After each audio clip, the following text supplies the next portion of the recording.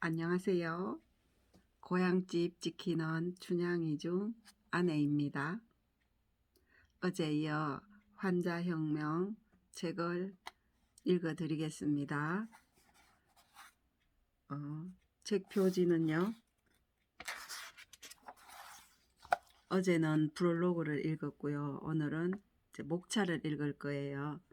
프롤로그, 매주 목요일이면 진료실을 비우는 이유, 제1장 현대의학 진단, 현대의학의 참담한 성적표, 제약회사 현대의학의 가장 큰 비극, 병원에서 비타민이나 미네랄을 처방하지 않는 이유, 현대의학의 정체성 문제 해결이 아닌 정상 완화, 기능의학의 탄생, 의사는 약을 처방하는 사람이 아니다. 제2장 현대과학진단, 도구로 전락한 과학, 현대의학은 정말 과학적일까? 사람을 섬기는 과학과 기업을 섬기는 과학, 가공식품 업계의 유일한 관심, 의사들도 속는 의학 연구 논문.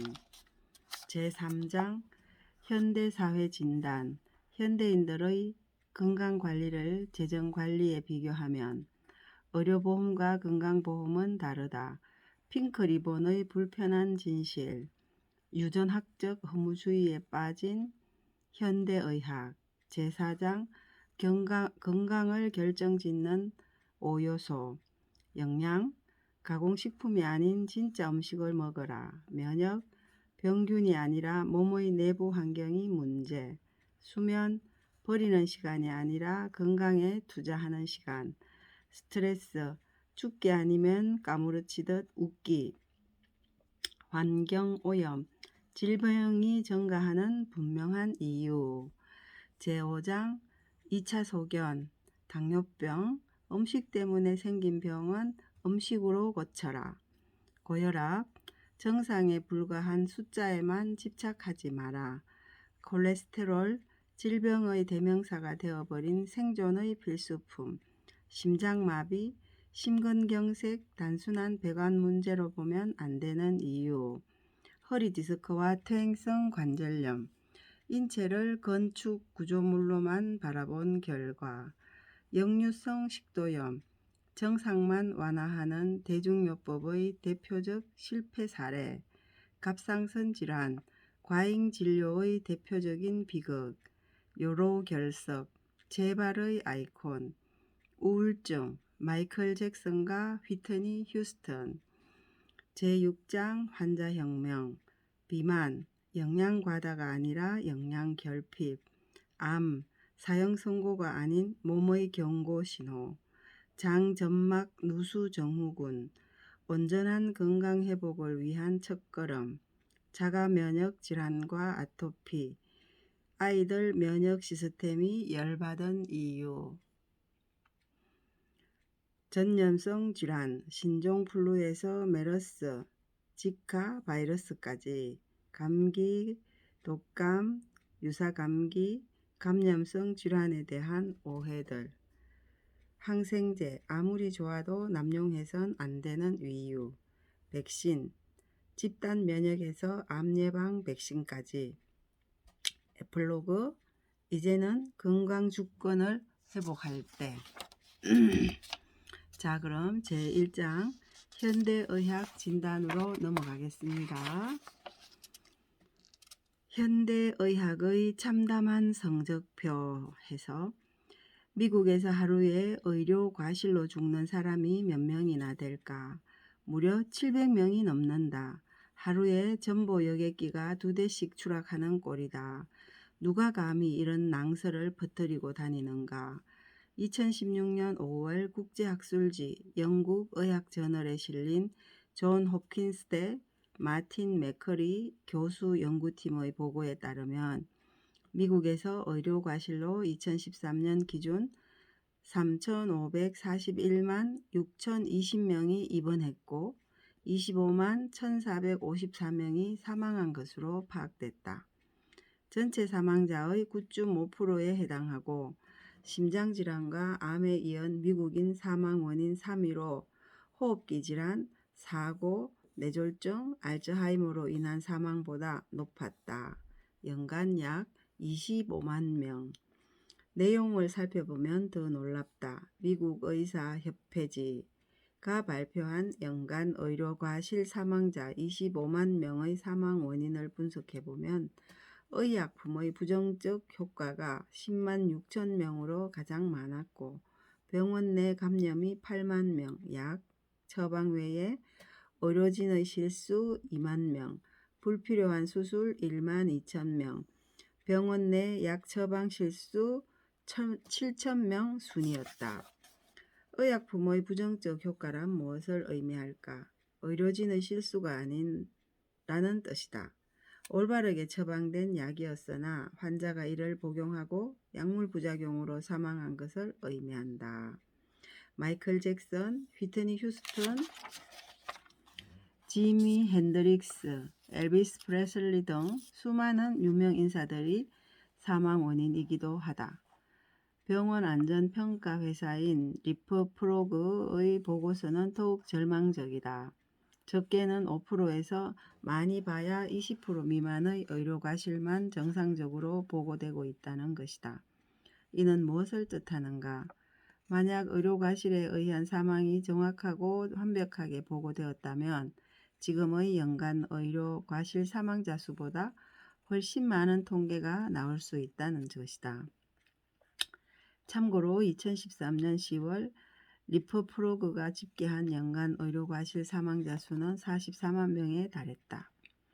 그나마 미국이 한 가지 나은 점은 의료과실이 활발하게 공론화되고 있다는 점이다. 그리고 의료사고가 났을 때 소송을 통해 막대한 보상금을 받을 수 있다. 의사들도 의료과실 사고를 대비한 보험에 의무적으로 가입해야 한다. 이는 의료비 증가로 이어져 결국 부담은 환자들 몫이 된다.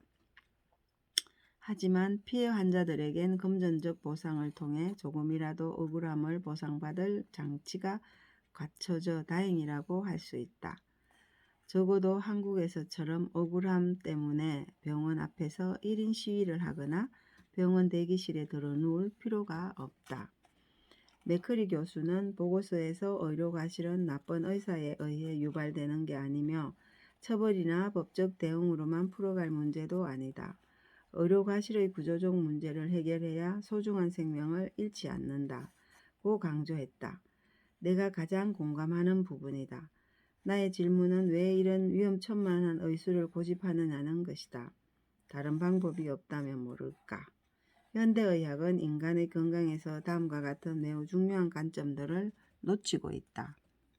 스트레스가 생체활동 및 면역력에 미치는 악영향, 운동 부족, 영양소 결핍, 화학물질에 범벅이 된 변형된 토양에서 자란 채소와 과일, 식품 첨가물과 가공식품, 셀 수 없이 많은 환경호르몬, 인간의 몸을 전체적으로 보지 않고 지나치게 세분화해서 들여다보는 분위기와 테크놀로지나 약물에만 의존하는 풍토 때문에 현대의학은 큰 그림을 놓치고 있다.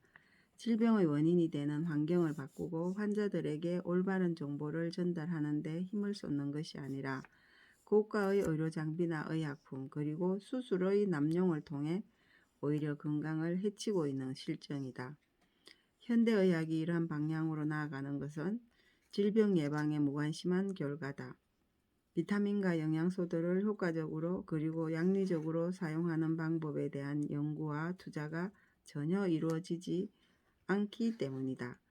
제약회사가 주도하는 과학에 그저 끌려다니고 있기 때문이다. 예방은 돈이 안 되지만 의료는 산업이기 때문이다. 의료산업이란 단어가 아무렇지 않게 자연스러운 사람들도 있겠지만 나에겐 매우 불편하게 들리는 이유다. 산업으로서의 의료 시스템 속에선 의사도 생존 경쟁을 해야 한다.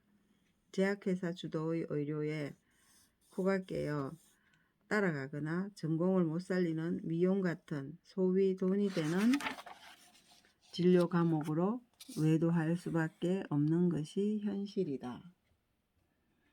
개혁을 가로막는 것이 무엇인지 우리는 잘 알고 있다. 막강한 권력을 가진 제약회사를 주축으로 포진해 있는 의료산업이 가장 큰 원인이다.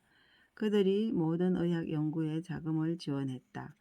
제약회사들이 의과대학의 대형 종합병원을 후원하고 저명한 의학저널의 최대 광고주 노릇을 한다. 막대한 자금을 바탕으로 과학자들에게 학계 인사들을 포섭하여 자신들의 목적을 지지하게 만든다. 돈의 영향으로 신약과 새로운 치료법들에 대한 날카로운 지적이나 비판이 무뎌지고 의사들은 요가 없이 새로운 기술과 신약을 받아들이는 풍토가 만연하다. 대형 병원과 의학계 그리고 정부 보건당국에 포진해 있는 인사들을 들여다보면 이해관계의 충돌이 심각하다는 것을 확인할 수 있다. 한 예로 2003년 보고자료에 따르면 미국 신약 허가의 자문 역할을 맡은 임상시험심사위원회 소속 의사 중 절반 가까이가 제약회사의 고문을 겸직하고 있는 것으로 나타났다. 일반 대중은 이러한 상황을 전혀 인지하지 못하고 있다. 가습기 살균제의 안전성을 평가하는 검사 담당관이 가습기 살균제 제조업체 고문이라면 편치 않을 것이다. 한 발 더 나아가 의사들이나 의대생들에게 악영향을 행사할 수 있는 유명한 의과대학 교수들이나 학계의 거물들이 새 제약회사 고문으로 재직하는 경우도 흔하다. 이런 타락한 시스템의 전면적인 개혁이 필요하다.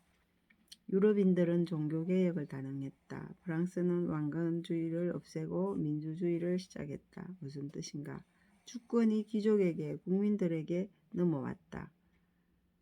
권력을 쥐고 있던 기득권 세력은 그 권력을 국민들에게 이양하길 원치 않는다. 당연한 현상이다. 하지만 거대한 흐름을 막을 수는 없다. 우리나라도 정치가 바뀌고 있다. 그리고 이제는 의료가 바뀌어야 할 때다. 제약회사와 의료계가 틀어지고 있는 의료기관이 환자들에게 넘어와야 한다. 그것이 환자혁명이다. 깨어있는 시민의 조직된 힘이 정치를 바꿀 수 있다면 환자들이 먼저 깨어나는 것이 환자혁명의 첫걸음이다. 의학적 배경이 없는 아무것도 모르는 환자들이 의료를 망칠까봐 걱정했다.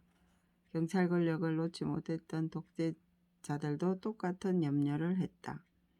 의과대학의 교육과정부터 현장집에서 환자보호에 이르기까지 현대의 의료 시스템은 광범위하고 전면적인 개혁을 필요로 한다. 무엇을 어떻게 바꿔야 하는지에 대한 의학계의 보건당국이 정직하지 못하다면 우리는 개혁을 이룰 수 없다. 하지만 열쇠는 환자들이 쥐고 있다. 환자들이 관심이 없다면 변화는 일어나지 않을 것이다. 우리 정치가 오랜 세월 무관심으로 인해 구태를 답보했다시 변화는 소비자만 이끌어낼 수 있기 때문이다.